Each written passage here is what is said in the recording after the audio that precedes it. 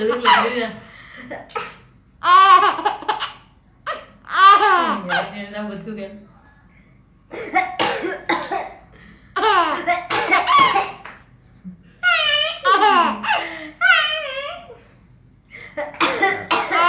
Terumah. Sodek.